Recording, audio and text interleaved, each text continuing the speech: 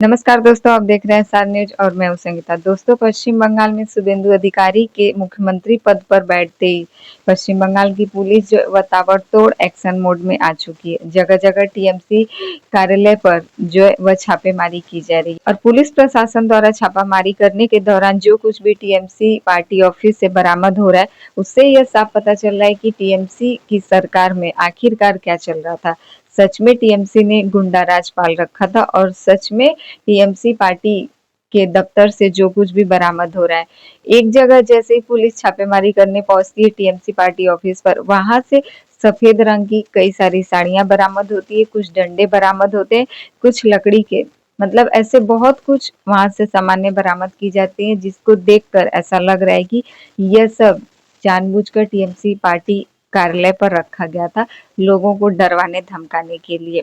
वहीं जिस प्रकार से सीएम के पद पर बैठे हैं शुभेंदु अधिकारी, उन्होंने अभी 2 से 3 दिन बीत रहे हैं और वह ताबड़तोड़ एक्शन मोड में आ चुके हैं। पश्चिम बंगाल में भारतीय जनता पार्टी ने जो कुछ भी चुनाव प्रचार के दौरान पश्चिम बंगाल की जनता से वादे किए थे, अब उन पर एक के बाद एक खड़े उतरने का काम भारतीय जनता पार्टी कर रही है। पश्चिम बंगाल में सबसे पहले नवन्ना में जाते ही उनको वहां पर गार्ड ऑफ ऑनर दिया जाता है, उससे उनको सम्मानित करने के बाद वह जैसे ही पहुंचते हैं अपनी कुर्सी के पास, वह भगवे रंग की तौली डालकर उस चेयर पर बैठते हैं और वहां से बैठने के बाद उन्होंने सभी मंत्री अधिकारियों से बैठक की।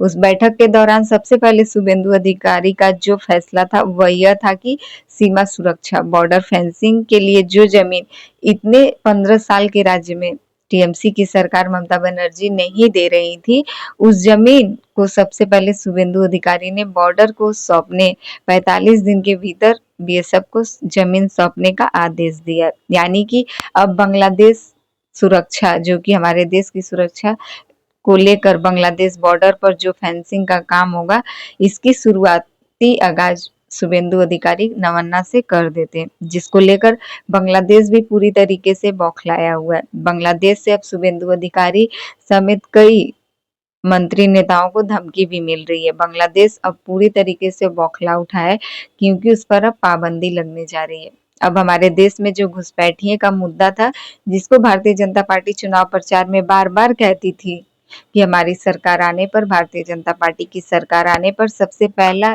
जो मुद्दा होगा वह हमारे देश की सुरक्षा को लेकर होगा, और वैसा ही शुभेंदु अधिकारी सीएम पद पर बैठकर करते हैं। उसके बाद उन्होंने सभी पुलिसकर्मियों की जो तैनाती, उनकी ड्यूटी कार्यकाल को लेकर उनका मीटिंग था और कई सारे शुभेंदु अधिकारी जो नवन्ना से बैठकर कई सारे फैसले लेते, जिसमें एक महिलाओं के प्रति जो उन्होंने वादा किया था हर महीना महिलाओं को 3,000 रुपए देने का, अन्नपूर्णा भंडार के तहत सभी महिलाओं को 1 जून से सभी के खाते में 3,000 रुपए मिलना यह तय है, ऐसा शुभेंदु अधिकारी की तरफ से ऐलान किया जाता है।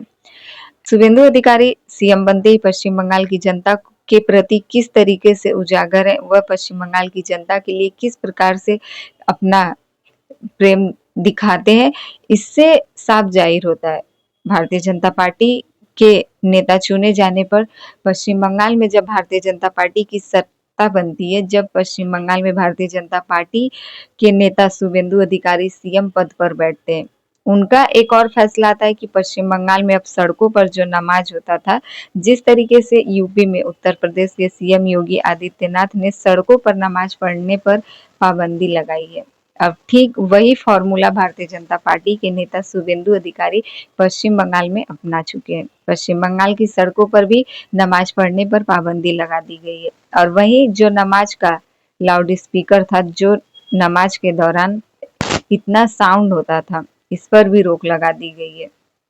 और वहीं सड़कों पर नमाज पढ़ने से लेकर, लाउड स्पीकर से लेकर, और जो हमारे देश की सुरक्षा को लेकर जमीन देने का काम शुभेंदु अधिकारी ने किया है, इससे लेकर कहीं ना कहीं सभी लोग बौखलाए हुए हैं। देखना ये कि इसको लेकर एक तरफ बांग्लादेश, जो कि हमारे देश के प्रति हिंसा के मोड में आ चुका है, पूरी तरीके से वह खुलेआम चैलेंज दे रहा है शुभेंदु अधिकारी को भी, और वहीं जो मुस्लिम समाज के लोग हैं वह ट्रैक्टरों में भर भर कर जगह जगह प्रदर्शन करने पर उतर आए। वहीं जो टीएमसी से निलंबित विधायक थे हुमायूं कबीर, जो अपनी पार्टी बनाकर चुनाव लड़े थे, वह भी खुलेआम इसका विरोध कर रहे हैं। एक तरीके से वह मुस्लिम समाज का सपोर्ट लेकर मुसलमानों के हित में चल रहे हैं। तो देखना ये है कि क्या हमारे देश की जनता यह भी कहने को आ रहा है कि अगर पूरी मुस्लिम समाज एकजुट हो जाए तो हमारे देश में एक भी हिंदू नहीं बचेंगे। तो देखना ये कि क्या मुस्लिम समाज यानी कि हमारे भारत देश में भी जो मुस्लिम समाज है उनको भी लेकर एकजुट करने का बात कह रहा है बांग्लादेश। इन सभी को लेकर आप क्या सोचते हैं? आपको क्या लगता है कि सीएम बनने के बाद शुभेंदु अधिकारी का यह सब फैसला सही है या फिर गलत है? क्या आपको लगता है इन सबसे शुभेंदु अधिकारी मुस्लिम समाज की नजरों में कांटा बन जाएंगे? क्या आपको लगता है कि इससे मुस्लिम समाज जो है वह नाराजगी जाहिर करेगा? मुस्लिम समाज के कुछ लोगों से बातचीत के दौरान वह अपनी नाराजगी जाहिर कर रहे हैं और कह रहे हैं कि शुभेंदु अधिकारी को खुद सोचना चाहिए जब उन्होंने यह फैसला लिया। हिंदू समाज के लोग जब रैलियां निकालते हैं, इतने घंटे तक सड़कों पर जाम करते हैं, तब हमारा मुस्लिम समाज कुछ नहीं कहता। और चंद मिनटों का नमाज हम करते हैं, चंद मिनटों के लिए लाउड स्पीकर से जो आवाज होता है, उससे आखिरकार हिंदू समाज को इतनी दिक्कत क्यों है? तो देखना ये कि अब जनता के बीच सीएम पद पर बैठने के बाद शुभेंदु अधिकारी क्या किसी एक हिंदू समाज के हित में काम करेंगे या फिर हिंदू, मुस्लिम और सभी बंगालियों के लिए सीएम शुभेंदु अधिकारी एक बराबर एक नजरों से देखने का काम करेंगे? इन सभी को लेकर आपकी क्या राय, आप क्या सोचते हैं? पश्चिम बंगाल में अब आखिरकार भगवामय होगा? क्या जनता पार्टी के आ जाने से पश्चिम बंगाल की सत्ता सुधरेगी?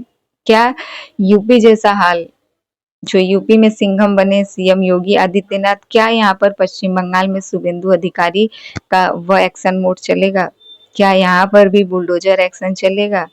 क्या यहाँ पर भी डबल इंजन की सरकार जैसा खौफ माहौल देखने को मिलेगा? पश्चिम बंगाल की जनता किस प्रकार से सीएम शुभेंदु अधिकारी के सभी आदेशों का पालन करेगी, उससे खुश रहेगी पश्चिम बंगाल की जनता या फिर नहीं? इन सभी को लेकर आप क्या सोचते हैं?